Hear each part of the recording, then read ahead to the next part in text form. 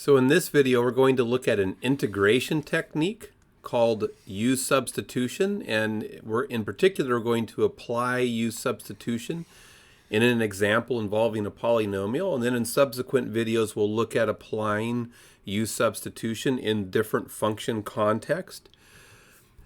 U-Substitution 19 times out of 20 is simply a matter of looking at the function that you're trying to integrate, identifying whether you have a function composition going on. So in this case, for example, there's an x squared plus 2, so a second degree polynomial inside of a cubing function. So this is a function composition.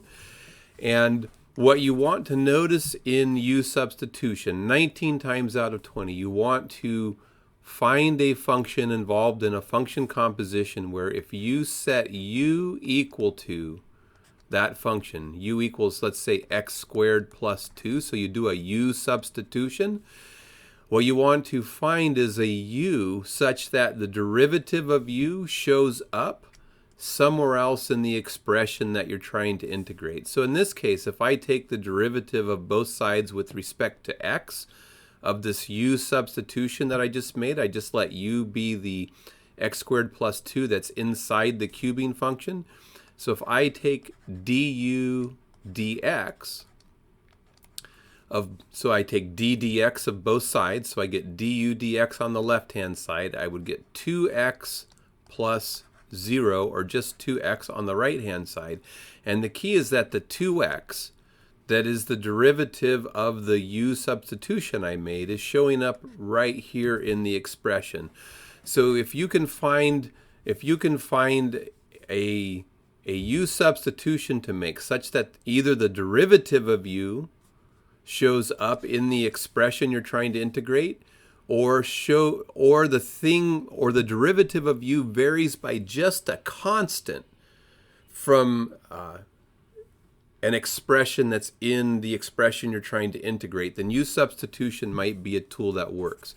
So in this case, the derivative of x squared plus 2, which is inside the cubing function, shows up explicitly as part of the expression I'm trying to integrate. That tells me that u-Substitution might be a tool that works. So I'm going to go ahead and rewrite the original integral. I have 2x times x squared plus 2 cubed dx. And then we're going to make the substitution u equals x squared plus 2.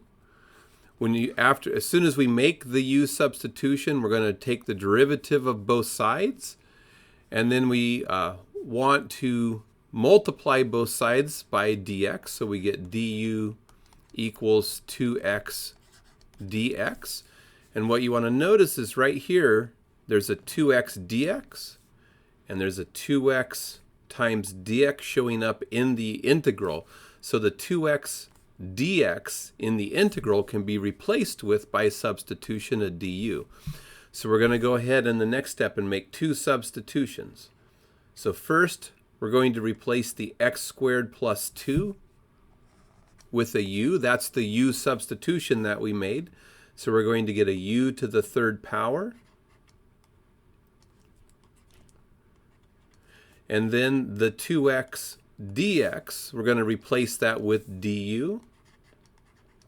And now we have an integral in variable u that we can actually integrate easily, because inside of the integration I have a power function, and to work backwards to take an antiderivative, we know we're going to add 1 to the exponent, and then we're going to multiply by the reciprocal of the exponent to kill that exponent if we were to check our work using differentiation. And because it's an indefinite integral, this is an antiderivative of u cubed, but we know that there are a family of functions whose derivative is u cubed, so we add the plus c to describe the entire family. And then we want to map things back to a world in terms of variable x. So right here I'm going to get 1/4, and I have u to the 4th plus c, but by our u-Substitution, u is just x squared plus 2, so we'll make that substitution to get back into variable x. And so there's the antiderivative of our original function. So I'm going to do one more polynomial example. So we're going to do almost the same example.